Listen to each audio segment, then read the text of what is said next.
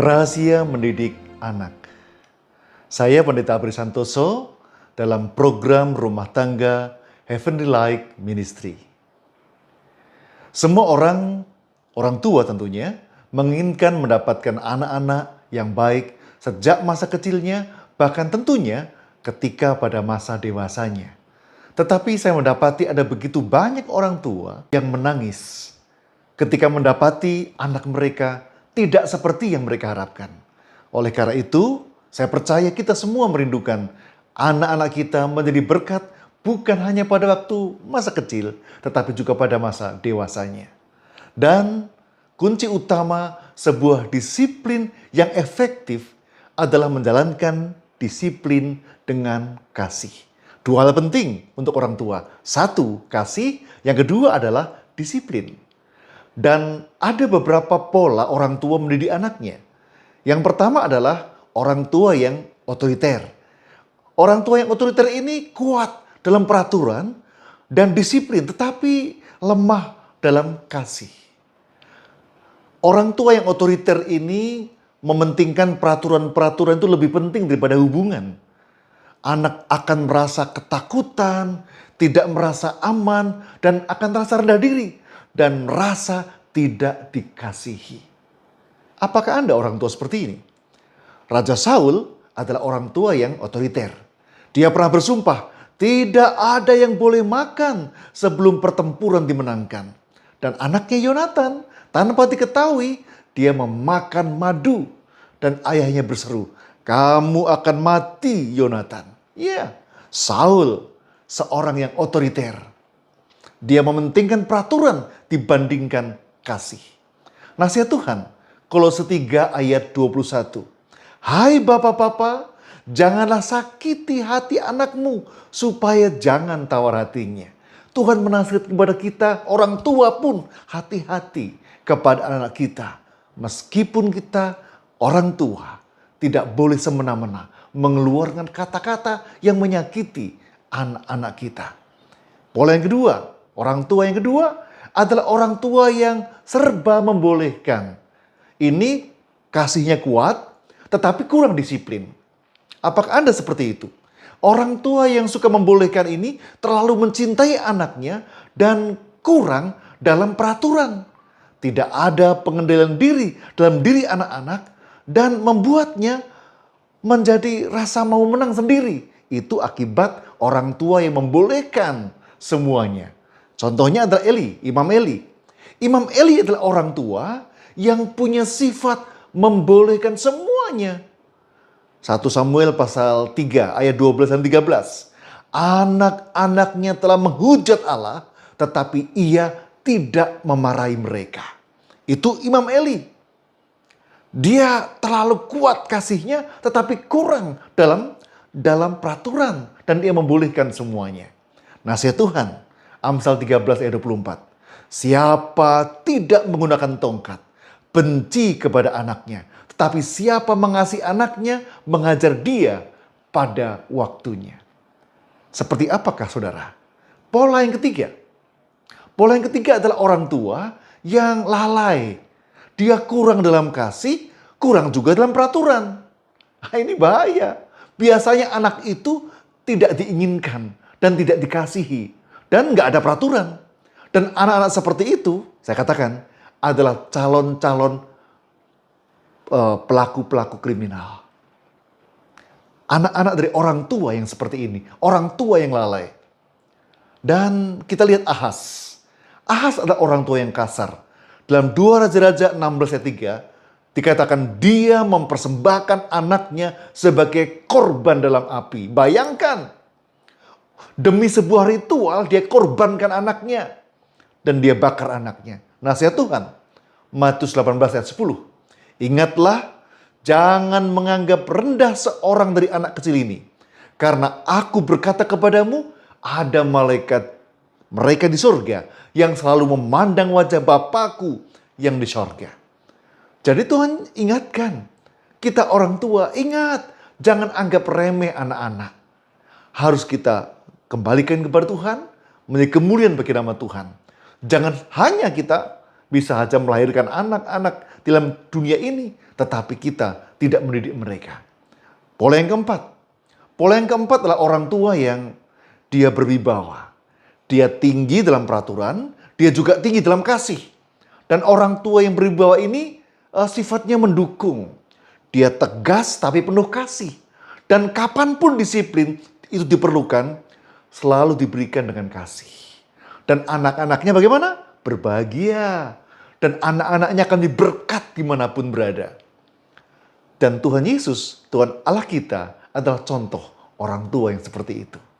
Dia tetap menjaga hukum-hukumnya sementara dia menyatakan kasih.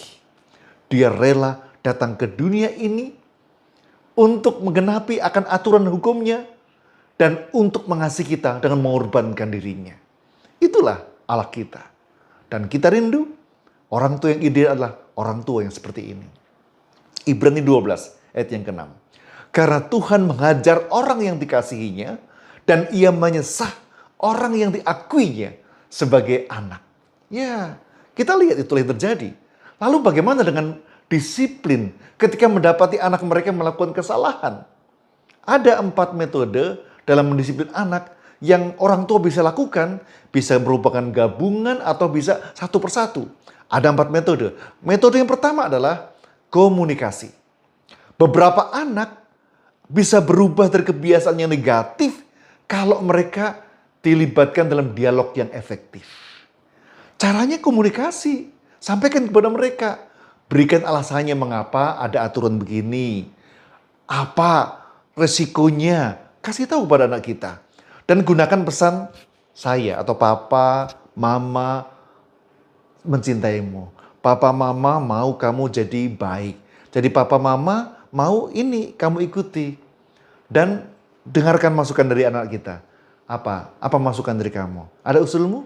Nah, sampaikan kepada mereka. Dan komunikasi ini sangat efektif untuk membuat anak yang melakukan kesalahan kembali kepada yang benar. Bilangan 22 ayat 28, Tuhan juga menggunakan komunikasi untuk mengoreksi Bileam. Ketika itu Tuhan membuka mulut keledai itu sehingga ia berkata kepada Bileam, apakah yang kulakukan kepadamu sampai engkau memukul aku 3 kali?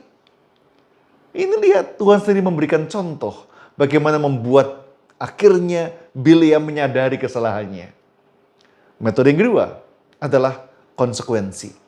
Konsekuensi ini adalah mengizinkan anak untuk mengalami konsekuensi dari perbuatannya. Itu metode yang kedua ketika anak kita melakukan kesalahan. Tuhan juga gunakan ini waktu Daud berdosa. Dalam 2 Samuel 12 ayat 9 dan 10. Mengapa engkau menghina firman Tuhan dengan berbuat jahat di dalam pandangannya? Uria, orang Het itu kau bunuh dengan pedang. Lalu istrinya kau ambil menjadi istrimu. Kau bunuh dia dengan pedang orang Amon. Oleh sebab itu, pedang tidak akan menyingkir dari keturunanmu sampai selamanya. Sebagai ganjaran karena engkau telah menghinaku dengan mengambil istri Uria, orang Het itu untuk menjadi istrimu. Lihat, Tuhan juga gunakan metode konsekuensi untuk mendidik Daud. Mendidik Daud sebagai anak Tuhan. Kita orang tua bisa menggunakannya itu.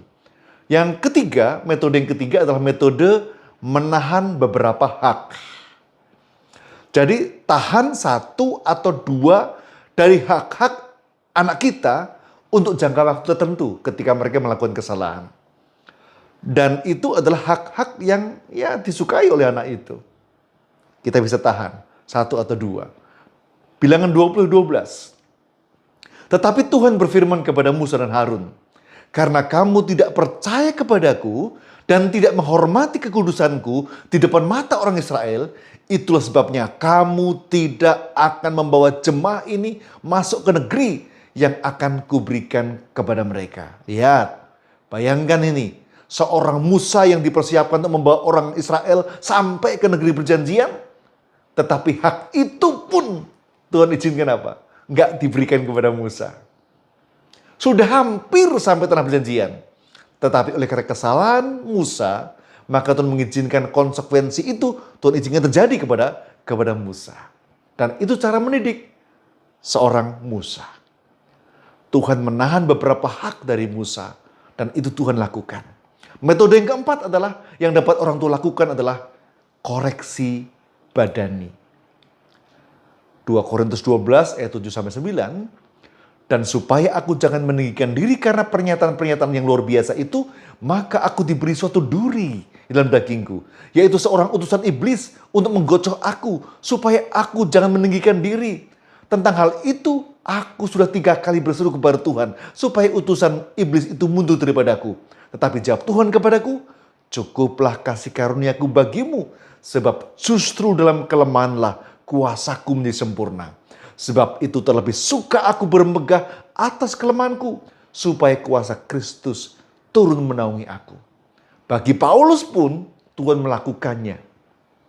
Ketika ia merindukannya untuk mendapat jawaban Tuhan, dia sampai 3 kali, dan jawaban Tuhan apa? Sama, cukuplah kasih karuniaku bagimu. Jadi Tuhan melakukan ini kepada Paulus, dan orang tua juga dapat melakukannya kepada anak kita ketika mereka melakukan kesalahan. Tuhan menggunakan koreksi badani kepada Paulus, mengizinkan ada duri dalam daging Paulus yang membuat dia tertahan untuk melakukan lebih banyak. Tetapi itu penting buat Paulus dan membuat Paulus menyadari akan kekurangannya. Iya, hukuman ataupun koreksi tadi, hukuman badani, kita perlu hati-hati. Biarlah hukuman badani itu bukanlah yang pertama. Ada apa-apa sedikit, langsung hukuman badani. No. Tetapi biarlah itu sebagai jalan atau pilihan terakhir. Kalau yang lain-lain gagal. Kalau yang lain-lain tidak berhasil, baru kita boleh gunakan hukuman badani. Berikan secara pribadi untuk menjaga rasa berharga dari anak. Jangan pernah memberikan hukuman atau koreksi badani kepada anak kita di depan teman-temannya, di depan abang atau adiknya, di depan orang lain. No, harus secara pribadi. Agar anak-anak itu tidak merasa kehilangan harga diri. Dan berikutnya, gunakan alat yang tepat dan di tempat yang tepat. Boleh lakukan, tetapi alat yang tepat. Ada orang tua yang menyesal ketika memberikan koreksi badani, hukuman badani kepada anak, dan dia menyesal. Oleh karena setelah itu anaknya masuk rumah sakit. Bahkan ada yang sampai diamputasi dan meninggal dunia. Jadi gunakan alat yang tepat dan di tempat yang tepat. Alat yang aman. Jangan sampai kita menyesal pada akhirnya. Ingat, sekarang ini zamannya hak asasi manusia. Bahkan pendidikan juga sekarang udah berubah. Zaman dulu, zaman orang tua saya dulu, orang tua atau guru banyak menggunakan hukuman badani. Oh, terlalu panjang kukunya, cetar, pakai mistar penggaris yang besar. Zaman sekarang bukan zaman seperti itu. Zaman sekarang itu merupakan langkah dan pilihan terakhir. Dan kalau boleh, tidak ada itu. Dan bukan dengan marah atau emosi, tapi dengan doa dan kasih penerimaan. Ketika memberikan koreksi badani, kita panggil anak kita, nak, kamu tahu salahnya? Iya Papa, iya Mama. Kamu sudah salah? Ingat, kalau sudah salah, seperti yang kau lakukan ini bagaimana? Iya, aku siap dipukul. Ingat tadi ya? Ingat ya? Kemudian peluk anak kita. Papa terpaksa pukul kamu supaya kamu ingat nak ya. Supaya kamu tahu bahwa ini gak boleh diulangi. Kemudian pukul dia. Bukan dengan marah. Bukan dengan emosi. Ketika orang tua marah, ketika orang tua emosi, maka orang tua itu tidak berhak melakukan hukuman badani. Jadi jangan pernah lakukan waktu marah atau emosi. Dan setelah itu juga peluk dia. Papa mengasihimu nak. Mama mengasihimu nak. Ingat ya, jangan ulangi lagi. Kalau itu kita lakukan, maka kita akan menjadi orang tua yang berhasil, yang mendapati anak kita mungkin saja bisa salah. Tetapi anak kita akan belajar dan tidak akan melakukan kesalahan yang sama. Dan anak kita menjadi anak yang berhasil, menjadi anak-anak yang mengasihi orang tua, mengasihi Tuhan, dan berhasil dalam kehidupannya. Anak-anak yang menolak pengasuhan orang tua akan menjadi kutukan bagi diri dan lingkungannya sendiri. Tetapi anak-anak kita yang mau menerima disiplin pengasuhan orang tuanya akan jadi berkat bagi keluarga dan dunia di sekitarnya. Oleh karena itu, kepada kita yang mungkin anak-anak, berbahagialah kalau orang tua Anda, orang tua saudara, mendidik dengan cara firman Tuhan seperti yang Tuhan ajarkan. Dan kalau saudara dan saya orang tua, lakukanlah seperti petunjuk firman Tuhan. Berikan yang paling ideal sedapat mungkin dengan kuasa Tuhan. Sehingga kita boleh melakukan pola pendidikan anak yang benar. Dan ketika melakukan disiplin juga, disiplin yang baik. Yang boleh membawa anak kita berubah menjadi lebih baik. Kiranya Tuhan memberkati kita, dan biarlah kita orang tua boleh mendapatkan rahasia mendidik anak ini dari Tuhan sepanjang kehidupan kita. Tuhan berkati kita dan kita berdoa. Tuhan Bapa kami di sorga, terima kasih oleh karena Tuhan mempercayakan anak-anak kepada masing-masing kami. Kiranya Tuhan berkati kami sebagai orang tua menjadi orang tua yang baik, melakukan pola pengasuhan yang terbaik, sehingga anak kami akan terpelihara aman dan damai, penuh sukacita dan bertumbuh menjadi anak yang baik. Dan mungkin saja anak kami bukan anak yang sempurna, bisa melakukan kesalahan. Dan ketika melakukannya, maka biarlah kami orang tua boleh menghadapinya dengan penuh kasih dan dengan disiplin yang benar oleh pertolongan Tuhan. Sehingga kami mendapatkan anak kami dengan disiplin dan kasih melakukannya seperti petunjuk Tuhan. Dan kami yakin oleh pertolongan Tuhan, maka anak kami akan menjadi anak-anak yang berhasil di kemudian hari, di masa depan mereka. Dan menjadi kemuliaan bagi nama Tuhan dan sukacita bagi kami sebagai orang tuanya. Kiranya Tuhan berkati kami semua yang mengikuti program ini. Kepada para orang tua, berkati dan kuasa surga untuk menjadi orang tua yang baik sesuai dengan kehendak Tuhan. Dan bila mana kami anak-anak, biarlah kami boleh mendapatkan berkat untuk menjadi anak yang sukacita, memperoleh pengasuhan yang baik dari orang tua kami.